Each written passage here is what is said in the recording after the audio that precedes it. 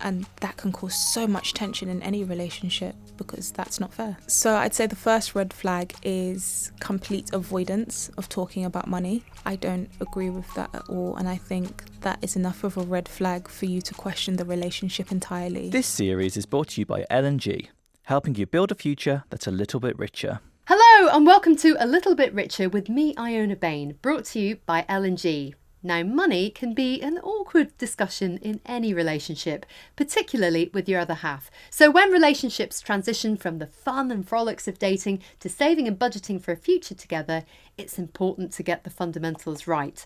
Friend of the show, Bola Sol, is back with some helpful ways that couples can manage their money in a way that suits them.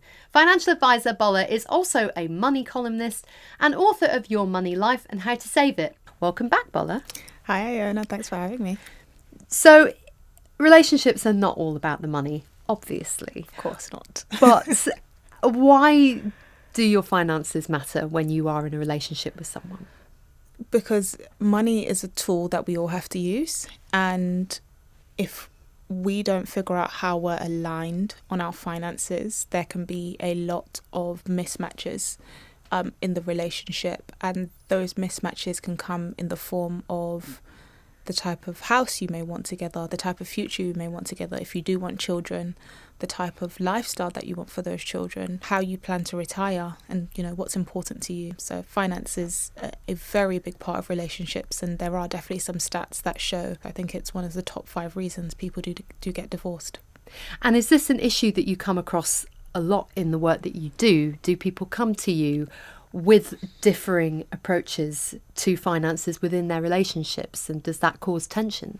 Yes, it does. I would say there's some circumstances that stick out to me, such as where some people are, how should I say, suffering in silence financially. They're having to take charge of a lot of costs, and they feel quite guilty about expressing that.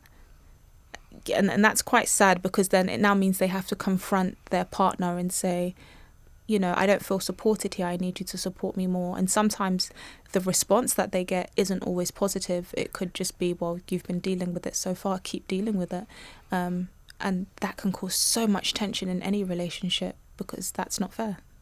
And are there aspects of modern dating that can exacerbate these issues? For instance, when you're dating online, perhaps you see someone present a lifestyle that's actually quite different to how they manage their finances, and maybe you don't get to find out what their financial situation is until quite a bit later on in the relationship. Yeah, and that's why communication's important, because there's only so much you can see online and take from someone's lifestyle, which is why you can't just take everything at face value.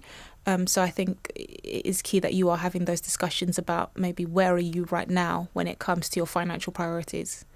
And do people change their attitudes towards money once they get into relationships? Do they sometimes shift and adapt and evolve because there is someone now significant in their life that they want to share goals with? Or is it a mistake to assume that will automatically happen? I think it varies person to person. So when I got into my relationship now, I've felt a sense of accountability about my decisions, about my spending and my why, because we're planning to share a life together. So that just means I can't just make decisions on my own. But I do think, and I have seen some people start to absolve themselves of responsibility when they get into relationships. So it becomes, I don't have to think about this. And that is also irresponsible, because it puts a lot of pressure on one person to essentially be the adult in the relationship when both of you are adults. How can we avoid slipping into those roles within our relationships and maybe stepping up and becoming a bit more equal in how we manage things? I think you used an important term there, which is part of the solution, which is stepping up. Even if maybe some people, they don't feel very confident about numbers, for example, or about finances, but it's still worth asking questions and also potentially saying, what can I do to help in this situation? And then potentially over time, they could take on certain responsibilities, depending on what that looks like. That could be being the one who initiates the conversation about the budget. It could also be taking on particular bills and ensuring that that's covered every single month. And what are your thoughts on maintaining your own independence in a relationship versus joining your finances with someone else? Because lots of couples might feel like they should have a joint account because that means that they can have transparency, that can make joint planning a lot easier. But on the other hand, having your own financial account means having some independence and some privacy. What are your thoughts there on achieving the right balance? I think the right balance comes from having 4 accounts, which is joint savings, a joint current account for bills, and then individual savings and an individual current. Right. Yeah. Okay. So not just having a joint account, but also having a joint savings account as well. Yeah, absolutely. Absolutely. It's up to you really as a couple. Do you want to do all of your savings together? And if so, what does that look like? So are there any T's and C's that are part of that? So for example, if you plan to take out a certain amount of money, the other partner needs to be very aware of that, and maybe you need joint signatures. So I think that some things need to be put in place, because I have heard of circumstances where money has been taken from joint savings and used in ways in which it wasn't agreed on. So you do have to find a way to make that work. You've brought up a really important point there. How can you protect yourself? Because unfortunately, sometimes you might end up in a relationship where that other person isn't what they seem. And we know, unfortunately, financial and economic abuse can and does happen. Yeah. What can you do to protect yourself against anything like that happening? Be careful about the decisions you make, and don't feel like you have to make them under duress or very quickly. At times when you're in a relationship where, you know, emotions are such a big part of that, it's very easy for someone to potentially try to pressure you to make a decision. But it's okay to say, I'm going to come back to you on that, and do what's in your best interest, not because of you fear anything. Also, wherever possible, I'd say speak to someone that you're close with and you trust, who knows you, because at times a way financial abuse or economic abuse can start is through isolation.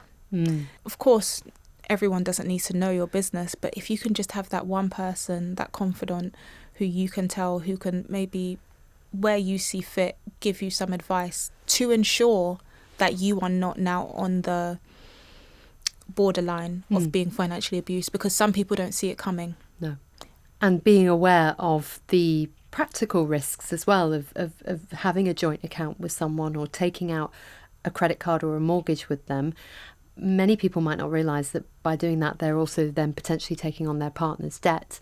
Just tell me a little bit about why we need to be cautious if we borrow money or we join up our finances with someone. Yeah, so if there's a legal civil partnership, or you're married, and even if you get a joint account and you're not married, sometimes your credit scores can be joined together, and what it means is that maybe a debt that has been taken on by one party means that if anything is to happen to that debt, that you have to take care of it, or essentially now your credit score can change as a result of that. So I think what's really key is that you're having discussions about how you use and manage credit as well.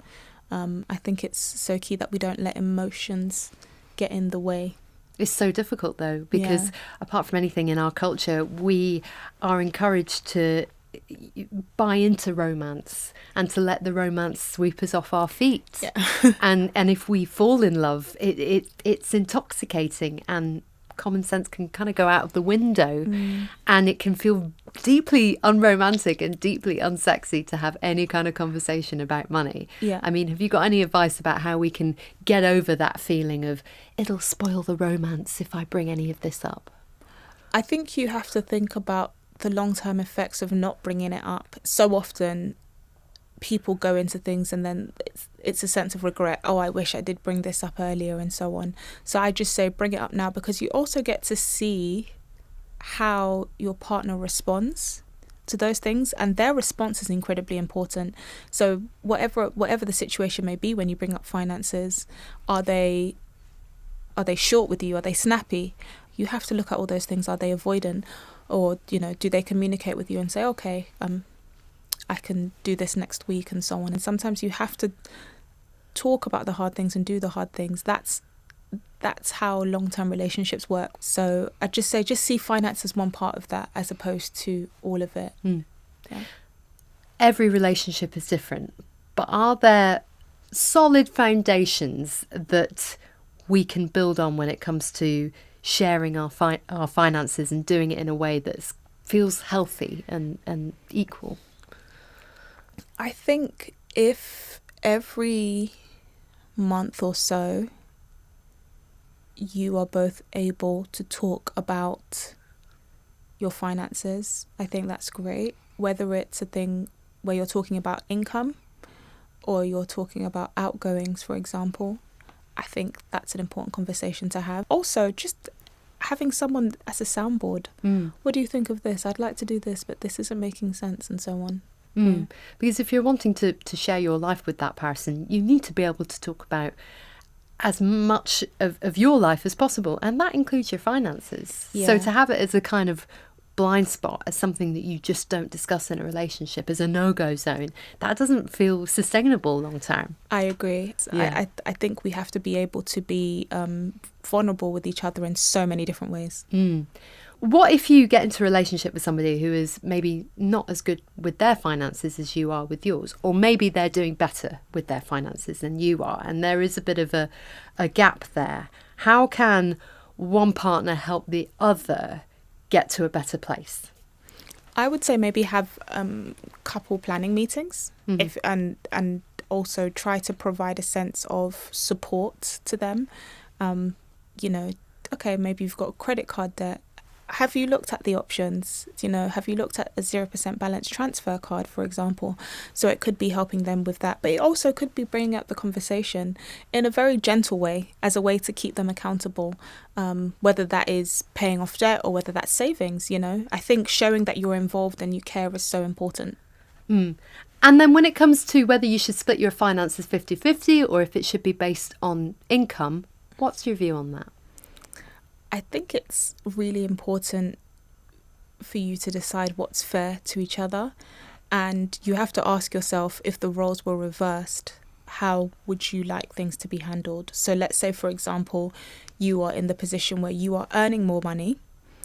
What do you do if you're not in the position where you're earning more money? How would you like to be treated by that partner?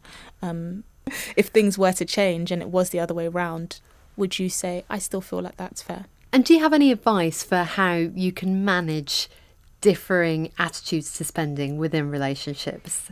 Let's say one partner still wants to go on lots of holidays and still wants to live quite a lavish lifestyle, but you both have goals that you want to save for. How can you talk about that in a way that doesn't feel confrontational, that's not going to lead to a row, that's not going to create tension? Yeah, I think if one person differs from the other and they want to maybe live more lavishly, I think it's important to ask, how does it get in the way of your priorities and the joint goals that you have together? And if so, then it's maybe time to sacrifice some of them for what you're building. Because I do think you will have different spending habits if you are single compared to if you're in a serious long-term relationship. Yeah. And your finances are a pretty unforgiving mirror of what's important to you. Yeah. So once you are in that relationship, if you're still spending like you're single, then maybe there is that mismatch there and you're not quite ready for that commitment. And that's why finances actually are a really important area for us to look at. They're a barometer, maybe, of the health of our relationship in many ways, even if we don't like to admit it. Yeah, I couldn't agree more with that. Are there any particular red flags that we should be mindful of when it comes to our partners and their finances? Yes, so I'd say the first red flag is complete avoidance of talking about money. I don't agree with that at all, and I think that is enough of a red flag for you to question the relationship entirely, and you get to choose how you'd move on from that, because you're going to have to make so many joint decisions where money is involved. So in a way, if you have that conversation early on and they tell you, I haven't always been great with my finances and I still have these issues that I really want to get over, that's better than them saying, I don't want to talk about this at all, in a way. Absolutely, because they are still communicating with you. So I'm keen to ask as well about how much people are maybe looking to relationships as a way to shore up their financial position, which is very understandable at the moment because we're in a tough economic climate and life is easier when you can share your expenses with someone else. But are there dangers there that we maybe seek out other people really more for the financial security that they offer rather than all the other good things that we should be able to get from a relationship? Yeah, you have to be honest with yourself. And I say that because, maybe no one will question you, but you have to be able to question yourself. And some people may come out and say, look, right now, financial stability is important, but you have to rank it. And one of the things I do, and I've done this with my partner, is I know I would share a shed or a mansion with him. And that's enough for me to know, okay, this is my person. It really is a case of for richer or poorer. Yeah, exactly. If the person you get with tomorrow based on their cash flow no longer has that money, do you still like them? It's incredibly important. And that's why I always say character over cash flow. Cash flow can change. And when it does, are you still really riding with that person, or is it kind of like, oh, this doesn't work for me anymore? Well, that's why Pride and Prejudice works. It would not work if Elizabeth Bennet at the end turned around and said, well, I still don't like Mr. Darcy, but he's worth a few bob. Yeah, exactly. Things can go up or down, and that goes for either of you. Sometimes you're able to give more, and then other times you give less, and you kind of take it in turns. Absolutely. So, how can we talk about money and not let it affect our relationship? How can we continue to have fun with one another and still be able to keep our eye on those important goals? I would say make sure that there's a time and a place that you speak about it so that no one feels like they're caught off guard. Also, make sure the timing is right. If someone has a long day and things like that, read those signs and potentially just ask, do you want to do this another day? But don't keep putting it off. That's the thing. Still have the hard conversations. And I'd say talk about the intricacies of finances. So talk about life insurance, talk about legal powers of attorney, and talk about future income, where you want to be, investments. Are we making those together? Talk about pensions. Where are you both from a pension perspective? And then, of course, there's the everyday budgeting and having your financial goals. So we've ranged over so much there. It can be difficult to boil this down to 3 tips for managing your finances with a partner. But what would your top 3 tips be? Make sure you speak about it regularly. Regularly could be once a month. It could be once every 2 months. But don't let too much time pass. So consistency is important. Number 2, always speak with love. I can't say that enough. Never speak with an accusatory tone or, I'm better at you than finances and so on. Number 3, and this is more again on the basis of kind of marriage and long-term futures. Ensure you understand that essentially it's kind of like one income. If one person makes 6k a month and another person makes 2k a month, it's just 8k. You have to remember that if you're not planning to do this life alone, there is no point you saying, oh, I make 6k and they make 2. You make 8k. And that's just an example. It can be a different number.